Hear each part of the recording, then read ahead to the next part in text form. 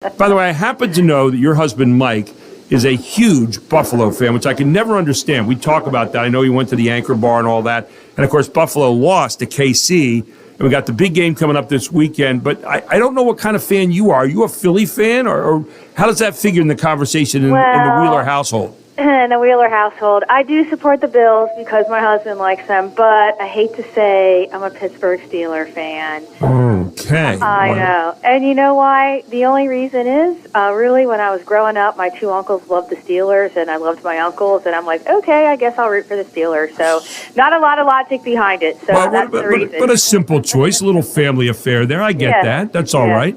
So, yeah, I like that. Anyway, I said I can't say this 5 times real fast. The County Commissioners Association of Pennsylvania Board has 3 priorities for accounting across the Commonwealth. Now, I can feel people's eyes glazing over when they hear that, Julie, but give us a little bit of love on that and tell us what that's all about, because I think people do like to know the inner workings sometimes of what all you have to do in terms of county government. So tell us a little bit about that. Yeah, sure. And that is a big mouthful, the County Commissioners Association of Pennsylvania. We call it CCAP, so use that going forward. I got really involved with CCAP when I took office back in 2020, and it's an organization that's comprised of county commissioners all across the Commonwealth. Okay. So great opportunity to share best practices, learn from others, talk about challenges, brainstorm, all those things. I have the fortune to serve on their executive board, and we had a meeting last week with the board and rolled out our priorities. While there's a lot of priorities that county commissioners have across the Commonwealth, there are 3 that we as a collective body, both Republicans and Democrats, are advocating for. Okay. And those 3 are the reauthorization of 911 and the surcharge, getting adequate mental health funding. Counties have not seen any significant increase in our mental health funding since 2007, so it's been a long time. And certainly we appreciate the $20 million that's slated in the governor's budget to come to the counties, but when you think about $20 million across 67 counties, it doesn't go a very long way. And the last one, which you probably will imagine is near and dear to my heart, is election law and vote-by-mail reforms. Right. Now, the governor came out yesterday with his budget proposal, and I know he always puts somebody in there for mental health. What did he do yesterday, and how does that translate into what the needs are for the counties?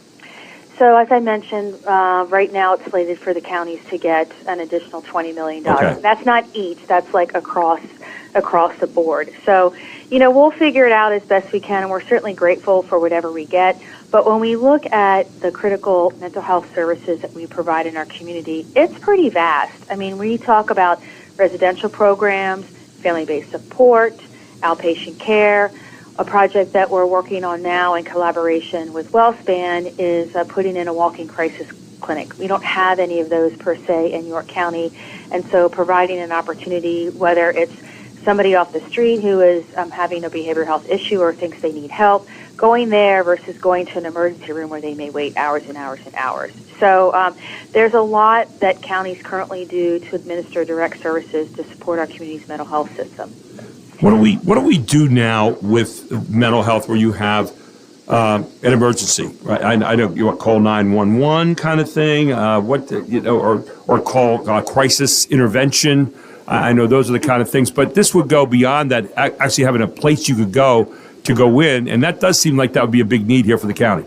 Yeah, huge need. And if we look at, I think you may recall a couple years ago, we worked collaboratively with agencies to implement our co-responder model, where we have a behavioral health specialist that's implanted in a regional police department. And the county fund those through our Health Choices program. And what that does is, say a police officer is out at a scene and assesses that there might be a behavioral health crisis going on. Co-responders pulled in, assesses the situation, and helps make a determination on, hey, this person really probably needs to get to an emergency room, or maybe we need to, divert this person to get some additional treatment. And a walk-in crisis clinic would certainly help in that situation, because in that situation, what we don't want is somebody who's having a mental health issue ending up in central booking and then in the prison, and that's a whole quagmire of system to navigate. So getting folks the help they need when they need it.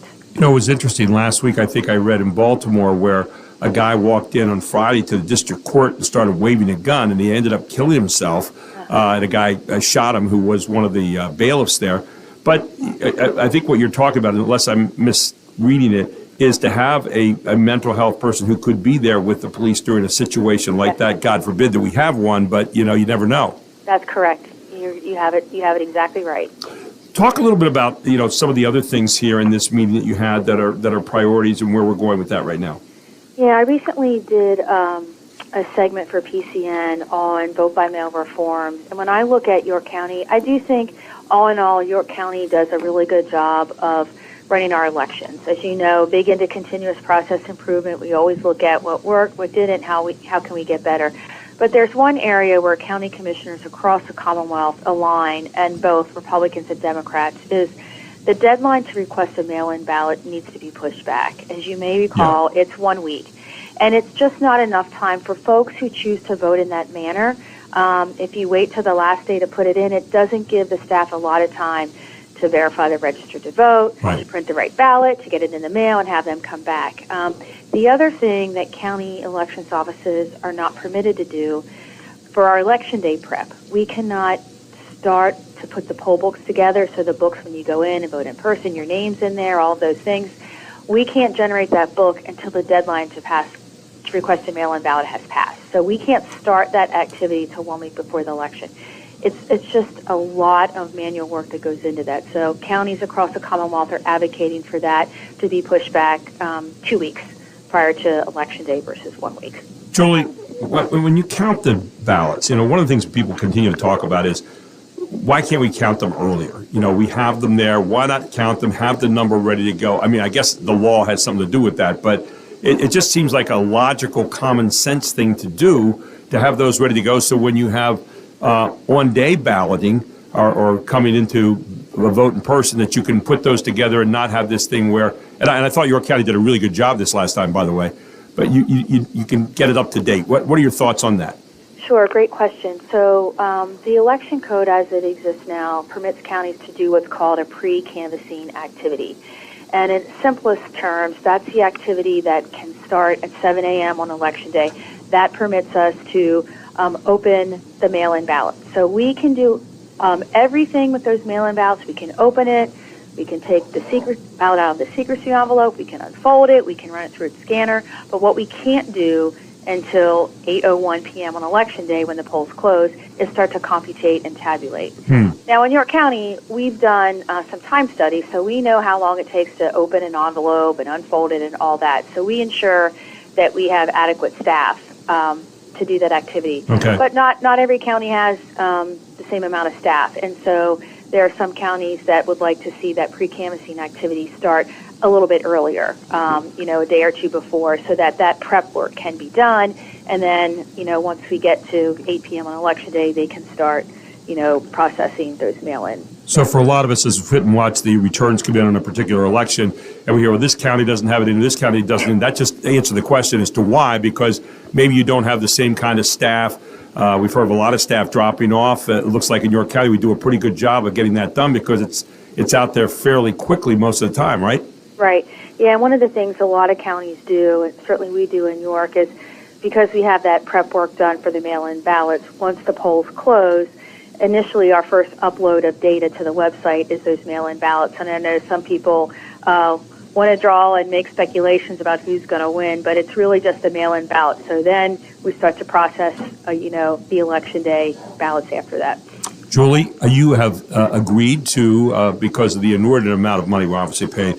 No, we're kidding. You've agreed to be on with us every week. We're going to find out more about county government each week, and I think it's really neat that we'll have a chance to talk to you and maybe even some of the other county commissioners along the way about some of the things that are happening currently, our current events here that affect us all here in the county. But I appreciate this first installment, actually our second installment now, but first installment officially of that series, and we're looking forward to having you on regularly. Thank you so much. Great. I can't wait, and enjoy the pork rind and chocolate. Well, you enjoy the Eagles and the game, even though you're a Pittsburgh Steelers fan and your husband's a Buffalo fan. Yeah. Who's your husband rooting for, by the way? I know Mike really well. Is he going to be rooting for KC because they won the AFC, or not? I haven't even asked him that question, so I don't know. Because I know he's also a big Phillies fan, so I'm wondering, the Eagles seem like a natural progression there for him. I don't know. Yeah, he is a huge Phillies fan, that is for sure. A waiting world wants to know. But anyway, thanks so much, and give our best to Mike. And thanks for all you do for the county. And we know you really put your heart and soul into it, and we appreciate that service. Thank you so much, Julie. You're welcome, Gary. Have a good day. Have a great day.